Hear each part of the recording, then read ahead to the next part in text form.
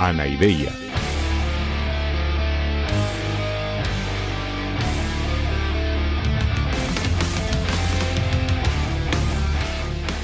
Podcast cínico de divulgación filosófica.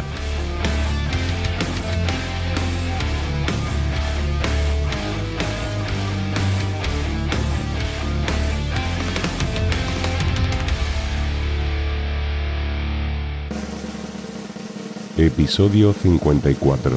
Descartes, la duda metódica y el pienso luego existo. En el menú de hoy os traigo los siguientes platos. Empezaremos viendo cómo Descartes plantea la duda como estrategia para poder encontrar una primera certeza que le sirva de axioma. Veremos cómo efectivamente aplica esta duda metódica y veremos cómo fue el hallazgo de la primera verdad incuestionable. Y finalmente nos centraremos un poco en ver el sentido y la importancia de este hallazgo que es la base de su sistema. Así que, como decía Jack el Destripador, vayamos por partes.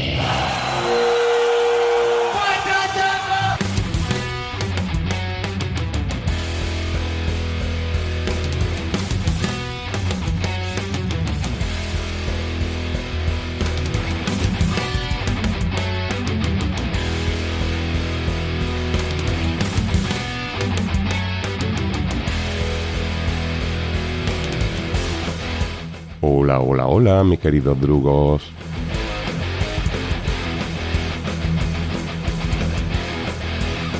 En el episodio anterior dejamos a Descartes a punto de caramelo para empezar a abordar hoy lo más espectacular de su pensamiento.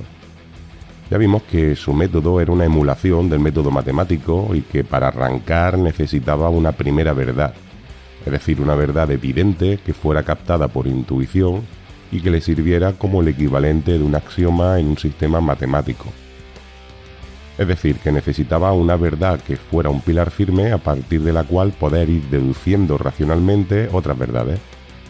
Pero acabamos viendo que a diferencia de las matemáticas, donde tenemos evidencias intuitivas muy a la mano, pues en filosofía es muy difícil encontrar alguna verdad que sea del todo indiscutible y que pueda ser considerada una certeza. De hecho, en filosofía este era el problema que llevábamos dando vueltas pues desde los tiempos, de Tales de Mileto. Pero antes de continuar voy a llamar al señor Spock, que estaba muy interesado, y le prometí que le avisaría antes de seguir el hilo argumental. Aquí la USS Enterprise. Soy la oficial de comunicaciones Uhura. Buen día, Uhura. Soy Juanma Cardenete de Anaideia Podcast, que podría hablar con el señor Spock. Saludos, señor Cardenete. Enseguida le conecto con el comandante Spock. Está esperando su llamada. Al habla Spock. Señor Cardenete, desde la última ocasión en que hablamos he estado pensando en posibles aseveraciones de carácter filosófico que pudieran tener el rango de axioma y no logro encontrar ninguna. Dudo mucho que sea posible encontrar una. Pues mire, señor Spock, justamente así es como se le ocurrió proceder a Descartes. No comprendo. ¿A qué se refiere? Me refiero a que justamente encontró su primera certeza dudando mucho. ¿Dudando? No comprendo. La duda es el opuesto lógico a la certeza. Pues precisamente por eso. Es decir, la duda y la certeza, como usted dice, son autoexcluyentes, lógicamente hablando. Es decir, que donde hay una certeza no cabe la duda, y donde hay una duda es imposible que haya certeza. A Descartes se le ocurrió que ya que no podía encontrar directamente una certeza, que la podría encontrar quizá indirectamente por el otro lado, es decir, por el lado de la duda. Quiero decir que pensó que a fuerza de dudar quizá podría encontrar algo de lo cual no fuera posible ya dudar. Y ese algo sería entonces necesariamente, pues eso, una certeza. ¿Quiere decir que se propuso encontrar una certeza por eliminación? Sí, exactamente eso. Es decir, es lo que llamamos la duda metódica. Y se trata de que a fuerza de dudar como estrategia de todo lo que se pueda dudar, incluso yendo mucho más allá del límite de lo razonable, pues quizás sí podamos encontrar algo de lo que ni siquiera un psicópata de la duda pudiera dudar. Es decir, que no se trata en verdad de una duda auténtica, de una duda escéptica, sino que se trata de un dudar hiperbólico, fingido. La estrategia consiste en suponer que es totalmente falso cualquier cosa de la cual se pueda concebir una duda aunque sea remota. A ver si así, a fuerza de eliminar cosas, queda algo que no puede eliminarse, es decir, que no quepa duda de ello. Y ese algo entonces, pues será una certeza, que es lo que estás buscando. Fascinante. Es un procedimiento muy brillante. Sí, desde luego. Para mí personalmente esta estrategia es el punto más brillante de todo su pensamiento. Y aunque después nos cuestionaremos si fue totalmente original, yo creo que su manera sistemática de aplicar la duda sigue siendo igual de genial. ¿Y cómo procedió a aplicarla? Pues a ver, lo primero que hay que tener en cuenta es que esto solo puede ser una reflexión en primera persona o una meditación, como decía él. Por eso voy a reproducirla ahora de la misma manera, hablando en primera persona. Así que como decía Jacques y también decía René Descartes, vamos por partes. En primer lugar, yo me doy cuenta de que la principal fuente de información que me llega es a través de mis sentidos. Es decir, mis ojos me muestran un mundo en el que hay luz, color, movimiento, y bueno, mis oídos me permiten, por ejemplo, escucharlo a usted y poder así conversar. ¿Pero puedo dudar de lo que me muestran los sentidos? Por supuesto, es evidente que a veces los sentidos nos engañan. Pues exactamente. Por ejemplo, yo qué sé, algún día he visto acercarse a mi primo de Colomera y cuando lo he ido a saludar, pues me he dado cuenta que ni era mi primo ni era de Colomera. Es decir, que los sentidos me habían engañado. Y aplicando la duda metódica, voy entonces a suponer que todo, absolutamente lo que me muestra los sentidos, es siempre falso. Absolutamente todo y sin excepciones. Comprendo. Es evidente que no tiene mucho sentido considerar falso todo lo que se nos muestra por los sentidos, pero ya comprendo que es una duda hiperbólica. Correcto, y con los sentidos se deshacen también todas las ciencias empíricas que se basan en la observación empírica mediante los sentidos. Pero bueno, podemos seguir. Yo también estoy convencido de que existe un mundo real fuera de mí, y aunque los sentidos me engañen sobre ese mundo, estoy convencido de que ese mundo existe. Yo qué sé, por ejemplo, aunque eso que vi no fuera mi primo, pues sería algo o sería alguien. Quizás lo hubiera bebido demasiado y en realidad lo que yo me pensaba que era mi primo fuera una farola, pero desde luego tuvo que ser algo real para que yo pudiera verlo. No necesariamente. Podría tratarse de una simulación. Exactamente, señor Spock. Si yo estuviera viviendo en una simulación, al estilo, por ejemplo, de la película Matrix, pues en realidad ese primo que vi no se corresponde ni con mi primo, ni con una farola, ni con nada real, sino es solamente una ilusión absoluta de mi conciencia. Es justamente la duda que plantea Descartes respecto a la existencia del mundo. Obviamente él no hablaba de simulaciones en el siglo XVII, sino de sueños. Yo suelo soñar y en esos sueños vivo en una realidad que al despertar comprendo que no era real. La cosa es, ¿puedo estar seguro de no estar soñando ahora? Porque podría ser, como decía Calderón de la Barca, con aquello de que toda la vida es sueño y los sueños sueños son. Cabe la duda de que exista realmente una realidad física fuera de mi mente, de manera que aplicando la duda metódica, supondré que la propia realidad es solo un sueño, es una ilusión o una simulación.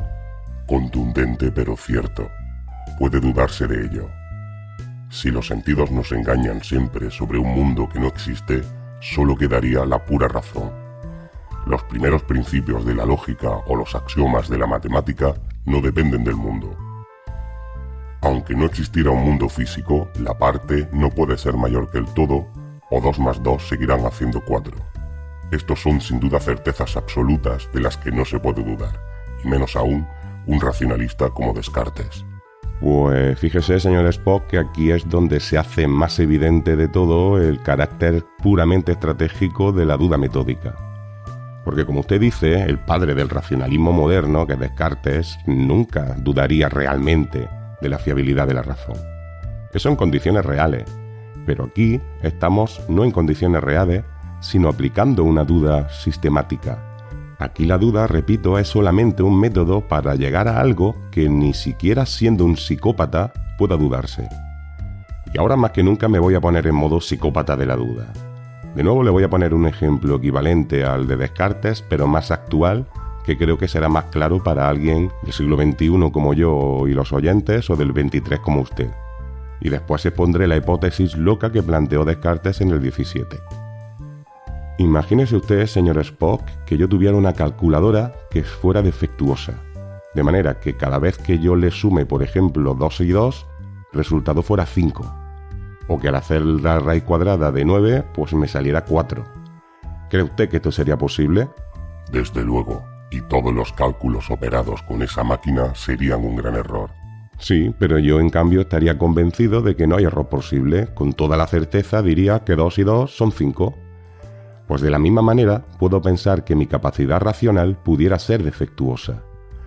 Quizá la seguridad que me muestra mi razón al sumar 2 más 2 sea también una ilusión, y que en realidad la respuesta no fuera 4, sino que fuera 5. Quizá mi razón sea igual de mala que esa calculadora estropeada que estaba diciendo, y por tanto todas las seguridades racionales que me hacen estar convencido de mi capacidad racional sean simplemente ilusiones. Comprendo. El argumento es irrefutable. ¿Y cuál es la hipótesis de Descartes, que no conoció calculadoras? 2 más 2 son 5. ¿Qué ha sido eso? ¿Quién ha hablado? Pues no lo sé, señor Spock, aunque el caso es que esa vocecita me suena, ¿eh? La parte es siempre mayor que el todo. Ay, espera un momento. Tú no serás el genio maligno de Descartes, ¿no? No, yo soy tu padre. Buah, señor Spock, seguro que sí. Esto es justamente lo que iba a explicarle. Para poder dudar incluso de la fiabilidad de la razón, Descartes planteó una hipótesis muy loca, ya digo, como propia de un psicópata, o bueno, más bien de un esquizofrénico en este caso. Él plantea que podría ser que existiera un genio maligno que tuviera el poder de hacerme equivocar cada vez que yo razono, de manera que cuando yo tengo una certeza racional, en realidad se trata de ese genio maligno que me ha hecho equivocarme. Los triángulos tienen 4 ángulos. ¿Ve usted? El genio maligno de la hipótesis de Descartes es como una especie de Daimon de Sócrates, pero mal. Fíjese que todo el rato está intentando equivocarme. La Tierra no es redonda, es plana. Bueno, este genio que se nos ha aparecido aquí hoy a nosotros no parece que sea todopoderoso como el de la hipótesis de Descartes. A este de aquí se le notan mucho las trampas que intenta hacerme. Pero bueno, Descartes plantea que sería posible que un ser como ese estuviera haciendo que mi razón se convirtiera en una especie de calculadora defectuosa. Por lo tanto, de nuevo, puedo dudar de la fiabilidad de mi razón y por tanto, aplicando la duda metódica, voy a suponer que ese genio existe y que por tanto mis juicios racionales son siempre, absolutamente siempre, erróneos. Los Beatles son mejor que los Rollins. Ay, genio maligno, ya cállate, que me desesperas. Es que no me tienen paciencia. Pero bueno, tú solo vas a decir tonterías, ¿no tienes nada mejor que explicar? Sí, dejad de seguir a Naideya Podcast. Y no hagáis likes a sus audios y dejéis comentarios. Y no os hagáis fans en el botoncito azul de Ivo ni en la plataforma Ko-fi. Sus contenidos extras son aún peores que los normales. Y no hagáis aportaciones puntuales en Ko-fi, que Juanma se lo gastará todo de vino. Y no le sigáis en su TikTok del usuario Naideya FM.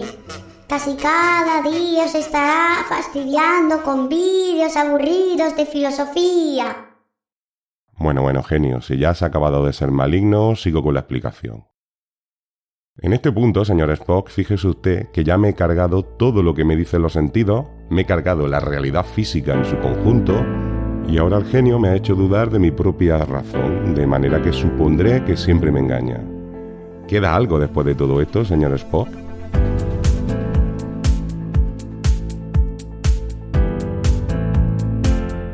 Entiendo que sí. Queda usted mismo, que es quien está pensando. Exactamente. ¿quedo yo que soy quien está pensando todo esto? Yo estoy dudando, estoy quizás siendo engañado, pero estoy pensando. Esto quiere decir que yo soy un algo que piensa, que yo existo. Pienso, luego existo.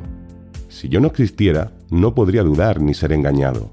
Y mientras más intento dudar de mi propia existencia, más la estoy confirmando. Porque el hecho de dudar es una manera de pensar, y es por tanto una prueba de que estoy existiendo. Es imposible dudar de mi propia existencia y por tanto, por fin, puedo tener una certeza absoluta de que algo existe y ese algo soy yo. Comprendo. Ya ha llegado usted a una primera verdad evidente, a una certeza absoluta. Ya tiene usted un axioma que es lo que estaba buscando. Sí, exactamente. Recordemos que toda la duda metódica iba dirigida a eso, a encontrar por eliminación una certeza. Y es justo lo que acabo de conseguir. Ya tengo una. La certeza primera que tengo es que yo existo. Y a partir de esta primera verdad, que es una evidencia, es decir, una intuición racional, puedo intentar deducir racionalmente otras verdades. Es decir, que he llegado a donde quería, al pilar de su sistema equivalente al axiomático. Pero usted solo ha demostrado que existe como un algo que piensa. Sí, claro, pero es que aún no he acabado. De hecho, esto es solo el principio. A partir de esta primera verdad, Descartes reconstruirá gran parte de lo que se ha destruido durante la aplicación de la duda metódica. Pero bueno, yo creo que es mejor que dejemos para el próximo episodio esa reconstrucción de la realidad.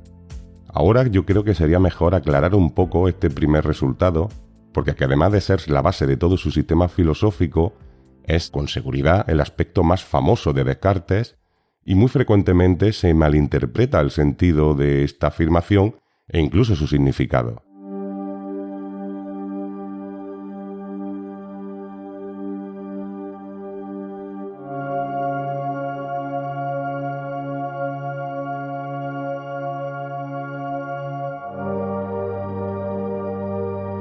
Por ejemplo, ya sabe usted que yo tengo un canal en TikTok donde hago vídeos cortos de divulgación filosófica y científica.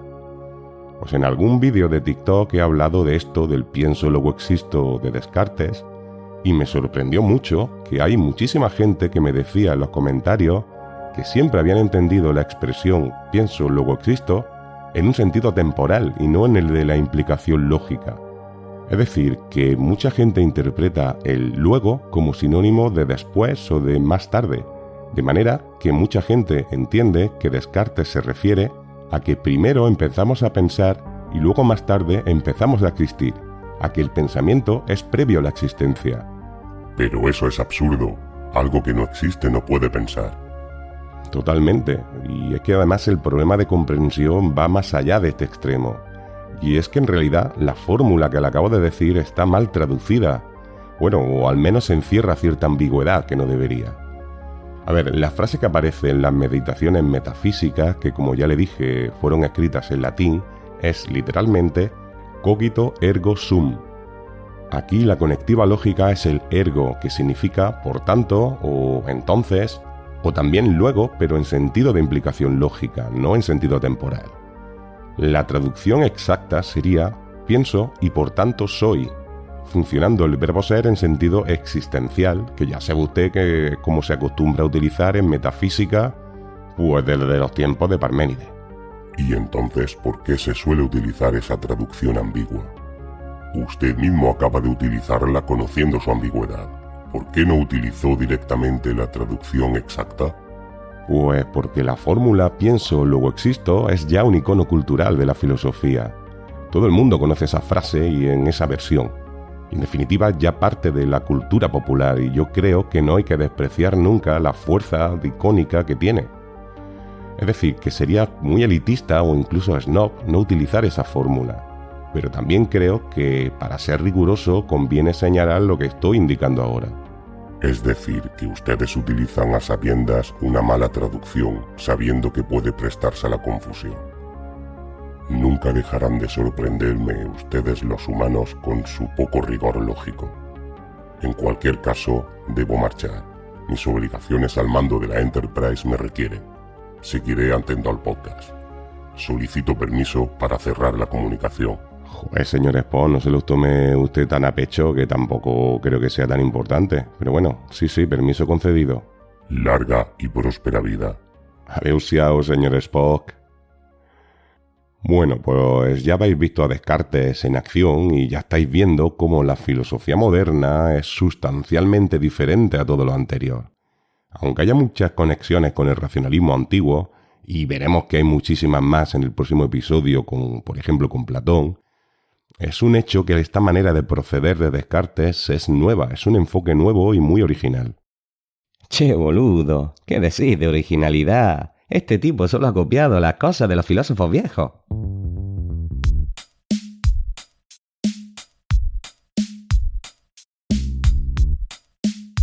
Hola, Diógenes. Bueno, no sé a qué te refieres. Descartes es un pensador original que inaugura toda una manera de hacer filosofía. Su aplicación de la duda metódica para lograr una evidencia racional es un ejemplo de esta nueva estrategia que nunca se había visto. ¿Pero qué decís, pelotudo? Vos mismo explicaste en el episodio 46 que aquel pibe Avicena dijo lo mismo 6 siglos antes. Bueno, a ver, en cierta manera es cierto. Avicena, siguiendo el método racionalista de Al-Farabi, consideraba que el conocimiento auténtico debe obtenerse siempre mediante el ejercicio puro de la razón y siempre fundamentando todo únicamente en lo que se obtuviera por la evidencia lógica y además sin contaminación con ninguna idea preconcebida y ni siquiera con los sentidos. Es decir, esto en cierta manera es equivalente al método cartesiano y a la duda metódica que acabamos de ver. Que sí que es cierto que el procedimiento de Descartes no es totalmente original, como ya he comentado antes, y que seguramente se inspirara en Avicena. Pero yo creo que eso no le quita ningún mérito a Descartes. Él supo encajar estas directrices de Avicena en un enfoque individualista y sistemático que además le llevó mucho más lejos que Avicena. Acabamos de verlo, ¿no? Esto le ha llevado a la certeza de su propia existencia como pilar de su filosofía. Oh, viste, qué gran cosa. Ahora ya sabe que existe. Es una obviedad. Estos racionalistas siempre intentan pasar por genialidades, boludeces obvias. Obvio que existí, pelotudo, si no, no me romperían las bolas con estos chambones racionalistas. A ver, Diógenes, claro que ya sabía desde el principio que existía, pero era solo una opinión. Ahora, tras la duda metódica, lo ha demostrado de manera infalible. Ya no puede haber duda de la existencia propia. Solamente un perejil dudaría de su existencia. Y encima ni siquiera es una boludez original. Ya explicaste el mismo quilombo con aquel otro chambón de Agustín de Hipona. ¿Cómo fue que decía? Si dudo existo. La misma mierda dicha 15 siglos antes. Bueno, la verdad que en eso sí que tienes razón. Como vimos en el episodio 44, San Agustín utilizó la misma idea como refutación de los escépticos que afirmaban que no existen verdades. Respondió que la aplicación de la duda implica la propia existencia y que solamente quien existe puede dudar o equivocarse. De hecho, su fórmula es bastante similar a la de Descartes.